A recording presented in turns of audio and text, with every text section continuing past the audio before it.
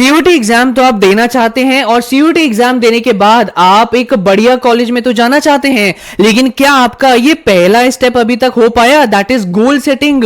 क्यों देना चाहते हैं आप सीयूटी एग्जामिनेशन? अगर आपका गोल ये है कि बस यार सीयूटी किसी तरह क्लियर हो जाए, कोई लो ग्रेड का सरकारी कॉलेज मिल जाए, तो अलग बात है। लेकिन अगर आपका गोल ये है कि भैया मुझे सीयूटी क्रैक करना है, बहुत अच्छे नंबर लाने हैं, अपनी यूनिवर्सिटी के टॉप कॉलेज में जाना है, तो आपको आज की इस वीडियो में मैं सेकंड स्टेप को कंप्लीट करने में हेल्प करने वाला हूं, दैट इज प्लानिंग। किस तरीके से आप अपने अगले 6 महीने को प्लान करने जा रहे हैं, इसमें मैं आपकी मदद करने जा रहा हूं। हमें स्टेप बाय स्टेप अपने सक्सेस तक पहुंचना है। गोल सेट कर लिया, प्लानिंग कर ली, इसके बाद अपने प्लान को अच्छे से एग्जीक्यूट करना है, तब जाके हमें सक्सेस प्राप्त होगी, दैट इज ड्रीम कॉलेज मिल पाएगा। लेकिन अब आपका सवाल होगा कि भैया इस प्लान को मैं फॉलो क्यों करूं? गाइस, यही पर्टिकुलर प्लान मैंने पिछले साल अपने स्टूडेंट्स को दिया था, जो आज एसआरसीसी, हिंदू, स्टीफेंस, मिरांडा में पढ़ रहे हैं, डीयू, बीएचयू के टॉप कॉलेजेस में पढ़ रहे हैं। तो इस पर्टिकुलर प्लान की सीरियसनेस को समझा कीजिए, बिकॉज बहुत दिमाग लगा के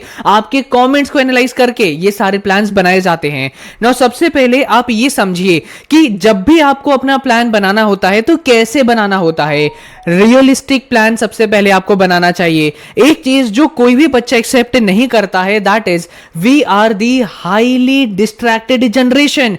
10 मिनट पढ़ाई करेंगे लेकिन 20 मिनट उसके बाद रील देखेंगे। लेकिन प्लान बनाते समय प्लानिंग ये होती है कि 2 घंटा हम लगातार पढ़ाई करेंगे, which is not at all realistic. Realistic plan ये होता है कि 45 मिनट्स पढ़ाई करूंगा, लेकिन उसके बाद 15 मिनट्स अपने आप को रेस्ट दूंगा, फिर 45 मिनट्स पढ़ाई करूंगा, फिर रेस्ट दूंगा, फिर धीरे धीरे जाके आपकी पढ़ाई करने का जो टाइम पीरियड है ये बढ़ने लगेगा। तो रियलिस्टिक प्लान बनाना चाहिए। सेकेंडली, आजकल हम सभी स्टूडेंट्स का जो डोपामिन लेवल है ये बहुत हाई है। डोपामिन एक ऐसा केमिकल होता है जो हमारा ब्रेन क्रिएट करता है बॉडी को बताने के लिए कि यार ये काम करके हमें मजा आ रहा है।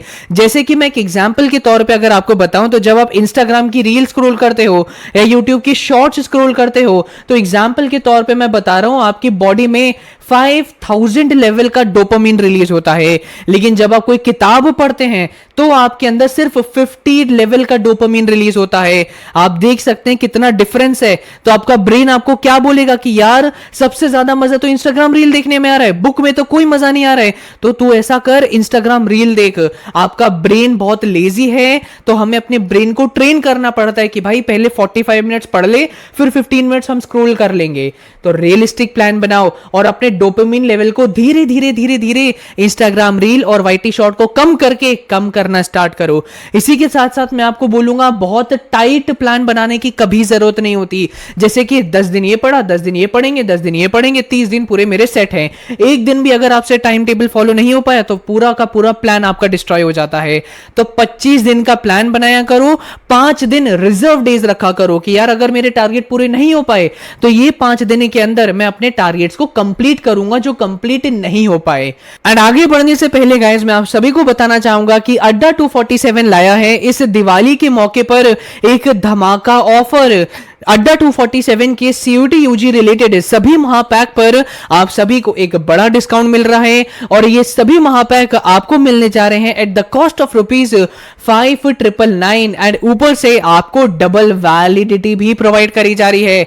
आपको डिस्काउंट अवेल करने के लिए मेरा कूपन कोड इस्तेमाल करना पड़ेगा, दैट इज KMT30, और आपको एक बड़ा डिस्काउंट इसमें मिल जाएगा। आपको ये पर्टिकुलर महापैक मिलेगा सीयूटी अड्डा 247 के ऐप के ऊपर। सो फाइनली अब हर घर होगा रोशन सफलता की रोशनी से। सीयूटी अड्डा का अब महापैक लेने के लिए जो लिंक है ये मैंने डिस्क्रिप्शन बॉक्स में दे रखा है, अभी के अभी जाके चेकआउट जरूर करिए। नाउ गाइस, अब हम आते हैं अपने प्रॉपर 6 मंथ्स के रोड मैप के ऊपर। सबसे पहले नवंबर का महीना, अक्टूबर तो आपने गुजार दिया अपना रील स्क्रॉल करके, लेकिन ये नवंबर का महीना बहुत अच्छे से यूटिलाइज करना पड़ेगा। कॉम्पिटिटिव एग्जाम की तैयारी करने वाले आप स्टूडेंट हैं तो एक चीज हमेशा याद रखिए, that never follow schools pace. आपका क्या दिमाग चलता है कि यार स्कूल में जितना पढ़ाया जाएगा मैं उतना फॉलो करूंगा, लेकिन एक कॉम्पिटिटिव एग्जाम की तैयारी करने वाले स्टूडेंट का दिमाग ये चलता है कि जितना स्कूल ने पढ़ाया है उससे डबल मेरा सिलेबस कंप्लीट होना चाहिए। इस समय पर नवंबर के महीने में आप टारगेट रखिएगा कि मेरा जितना ज्यादा डोमेन्स का सिलेबस है कवर हो सकता है उतना ज्यादा आप सिलेबस कवर करने की कोशिश करिए, जिसके अंदर आ जाता है एनसीईआरटी को बहुत अच्छे से रीड करना, कोई रेफरेंस बुक अगर आप इस्तेमाल कर रहे हैं तो उसको अच्छे से पढ़ना, और उसके बाद इन बुक्स का इस्तेमाल करके अपने शॉर्ट नोट्स बनाना, ये काम करना बहुत इंपॉर्टेंट है।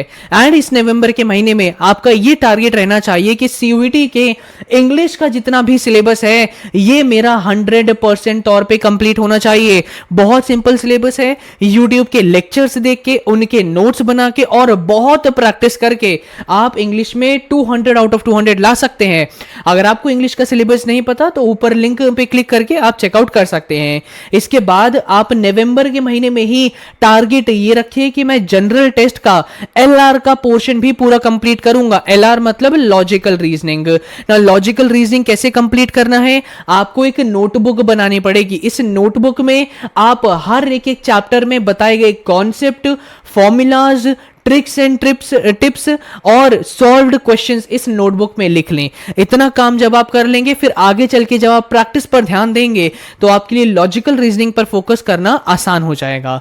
इसी के बाद अगर मैं बात करूं दिसंबर की, तो आप लोग अब मेरे ऊपर गुस्सा करोगे कि भैया आपने मुझे इतना सारा काम नवंबर में करने को क्यों बोला, क्योंकि गाइस दिसंबर से जो ठंड है ये पीक पर आ जाएगी, जिसकी वजह से जो हमारे काम करने की प्रोडक्टिविटी है ये बहुत मास लेवल पे गिर जाएगी। हाथ एकदम से सुन्न से पड़ जाते हैं, ठंड बिल्कुल इतनी ज्यादा हो जाती है।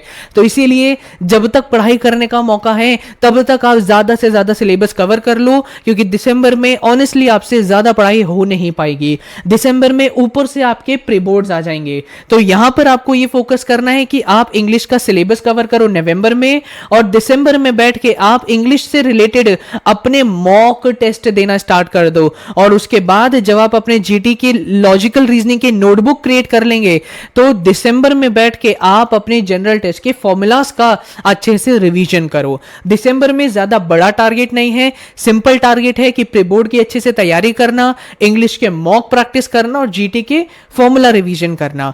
इसके बाद आखिरी हमारा महीना आ जाता है जिसके अंदर आप पढ़ाई पर ज्यादा फोकस कर सकते हैं, दैट इज जनवरी का महीना। यहां पर आपका टारगेट रहना चाहिए कि आप जल्द से जल्द आप 100% सिलेबस कंप्लीट कर लें। यह नहीं होना चाहिए कि फरवरी तक आपका सिलेबस पर ही काम चल रहा है।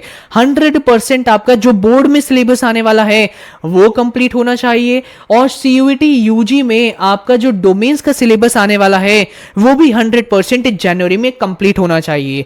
इसी के साथ साथ हर एक एक चैप्टर का शॉर्ट नोट्स भी आपके बन जाने चाहिए। मैंने शॉर्ट नोट्स बनाए थे, अगर आपको यह जानना है कि भैया शॉर्ट नोट्स कैसे बनाए जाते हैं तो कमेंट सेक्शन में आप बस शॉर्ट नोट्स लिख दीजिए।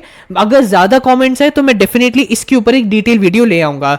नाउ आप बोलेंगे भैया शॉर्ट नोट्स क्या होता है? देखो यार, मोस्टली एनसीईआरटी के अंदर ना एक एक चैप्टर मिनिमम 10 से 12 पेज का होता है, लेकिन मैंने वो पूरे 10 से 15 पेज के चैप्टर को 1 से 2 पेज के अंदर समराइज कर दिया था।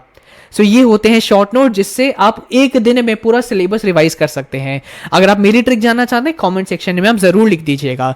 बाकी जनवरी में आपका ये टारगेट रहना चाहिए कि पहले नवंबर में मेरा लॉजिकल रीजनिंग कवर होगा, दिसंबर में लॉजिकल रीजनिंग रिवाइज होगा, और जनवरी में जीटी का सबसे tough subject that is quantitative aptitude को हम कंप्लीट करेंगे।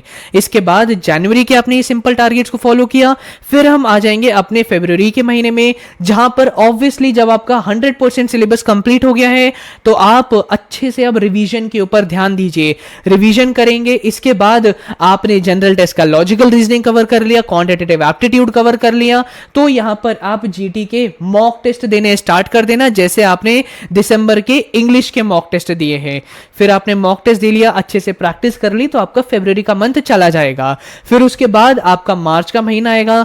मैं आपको सजेस्ट करूंगा कि मार्च के महीने में सीयूटी स्पेसिफिक कोई खास तैयारी करने की जरूरत नहीं है, बोर्ड्स पर ही आप अच्छे से फोकस करना, बोर्ड्स में आप टारगेट रखना कि आपकी अच्छे से अच्छी परसेंटेज आए। फिर उसके बाद आखिरी अपना महीना आ ही जाएगा, दैट इज अप्रैल का महीना, जिसमें सभी बच्चे अपनी सीयूटी की तैयारी स्टार्ट करेंगे। लेकिन यहां पर जब आप लोग मेरे प्लान को फॉलो करेंगे, मेहनत करेंगे, अच्छे से इसको एग्जीक्यूट करेंगे, तो अप्रैल के महीने में सब बच्चों की तरह आप पढ़ाई नहीं करोगे, आप रिवीजन पर फोकस करेंगे। आपने जनरल टेस्ट के tough subjects quantitative aptitude, logical reasoning तो कंप्लीट कर लिया है, प्रैक्टिस भी कर ली है, तो यहां पर आप रिवीजन और प्रैक्टिस पर ध्यान दे पाओगे। इंग्लिश आपने कंप्लीट कर लिया है, इसकी और प्रैक्टिस पर आप ध्यान दे पाओगे। डोमेन्स आपने कंप्लीट कर लिया है, कि रिवीजन और प्रैक्टिस पर आप ध्यान दे पाओगे, और बाकी रिवीजन तो हमारा चलता रहेगा। बाकी स्टूडेंट्स की तरह आप पढ़ नहीं रहे होगे, आप रिवीजन पर ध्यान दे रहे होगे।